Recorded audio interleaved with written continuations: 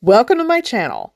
As with all of my videos, we're not going to waste any time. We're going to jump straight in. In today's video, I'm going to show you all the steps on how to do a very simple but gorgeous two-color eyeshadow for specifically people over 50. And I'll also be including tips and tricks for wrinkled, sagging, hooded eyes. Once the look is complete, we're going to work a little bit backward, and I'm going to share with you the skincare set that I used to prepare my skin before makeup went on this face today. So let's get busy.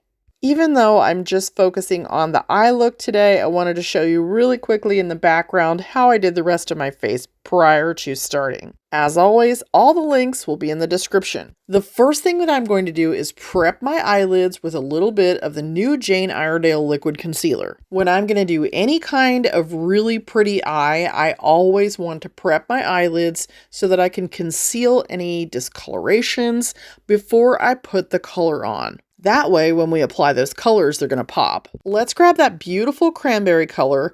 We're going to tap off the excess. And with hardly any product on that brush, we're going to begin to apply it to the crease very softly, working our way down. It's actually going to come all the way down to the lash line and then almost all the way up to my eyebrow. I'm using my new Beauty and the Beast palette by Sigma Beauty that came with the dual-ended brush. For right now, I'm just getting a light washing on of color, so I'm using the big end, which is kind of a big, fluffy eyeshadow brush. And then the other side is smaller, it's flat, and it's good for packing in color. But for right now, I'm just going to use that big fluffy brush. I will actually check it on the back of my hand before I apply it, just to make sure it's not going to be too dark. And here's a little illustration if my eye were closed to show you how we're applying it. I've added a few illustrations here and there just to make sure that I'm crystal clear on what we're doing. Now I have switched to the smaller side of the brush and grabbed some product, and I'm just going to lightly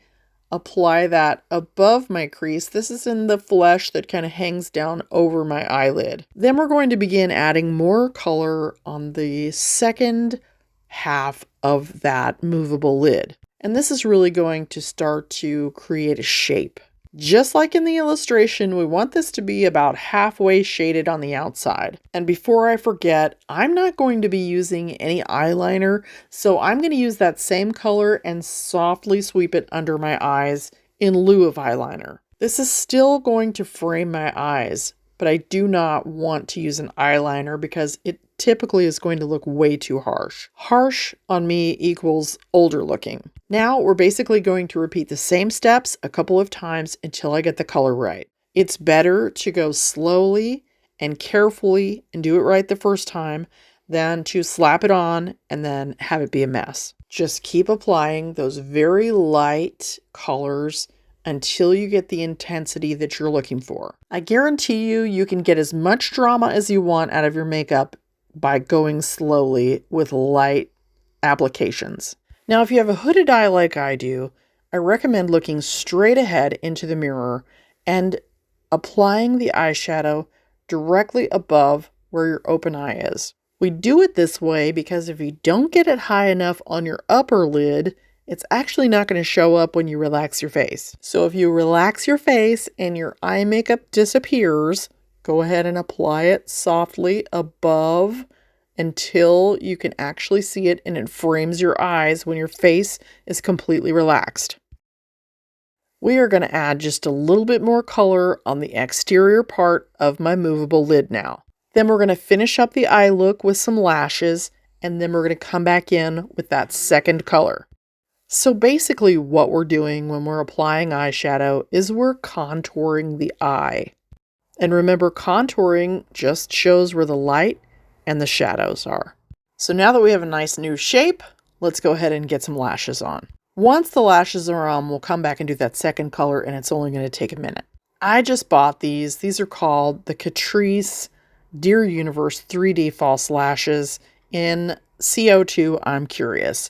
And I had to try these because they were only $5 and they actually came with the glue as well. Now, I've already trimmed these down because they were quite long, and I'm applying them on the outside portion of my eye to give myself kind of an elongated sort of doe eye look. And just remember, anytime you're using a false lash, the placement of it is going to completely change the way your makeup looks and the way that your eye is shaped.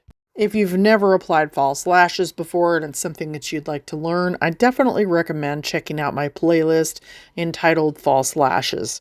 Now that that is securely in place, let's go back to that palette and grab that lightest shimmer color. Now I'm using a tiny little brush that came in my Halloween makeup kit. It's basically the size of a lip brush.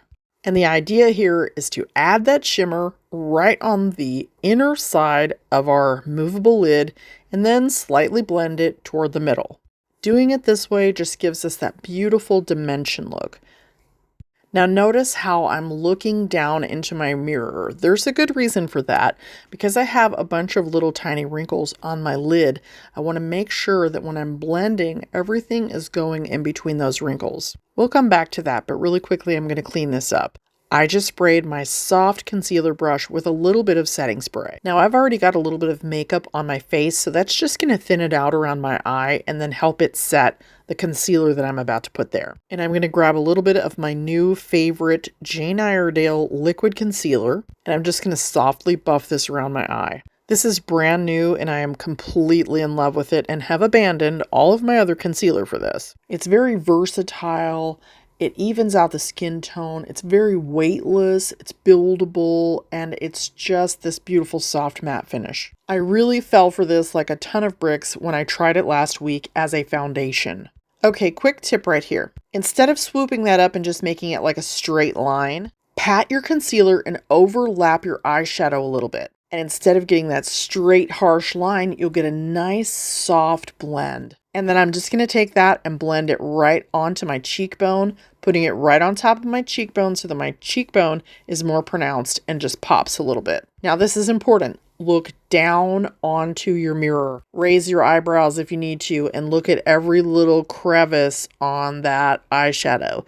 If it's not worked in all of those wrinkles, grab your blending brush and blend more. And that, my friends, is our 2-color eyeshadow look. I'd love it if you left me a comment and let me know what you think about this video. And of course, if you're not subscribed, why aren't you subscribed? And if you are subscribed, please make sure your notifications are on. Now, let's have a quick chat about this Diamond Skin USA. This is a PR gift that I was asked to give my honest opinion about, which is exactly what we're going to do. This is a 4-piece set that includes a facial serum wash, which is what I'm using now, a toner, a night cream, and a sunscreen. And it also comes with a full-size Miracle Brightening Soap. The steps are very simple. It's just wash, then pat your face dry, apply the toner to restore the skin's pH balance and also to close up pores, and either follow it up with the night cream or the sunscreen. So here are my thoughts. Even though it says it's really for all skin types, the products are very thin and weightless feeling, and I feel like they're more suited for oily skin and blemish prone skin. And this really screams Korean skincare to me.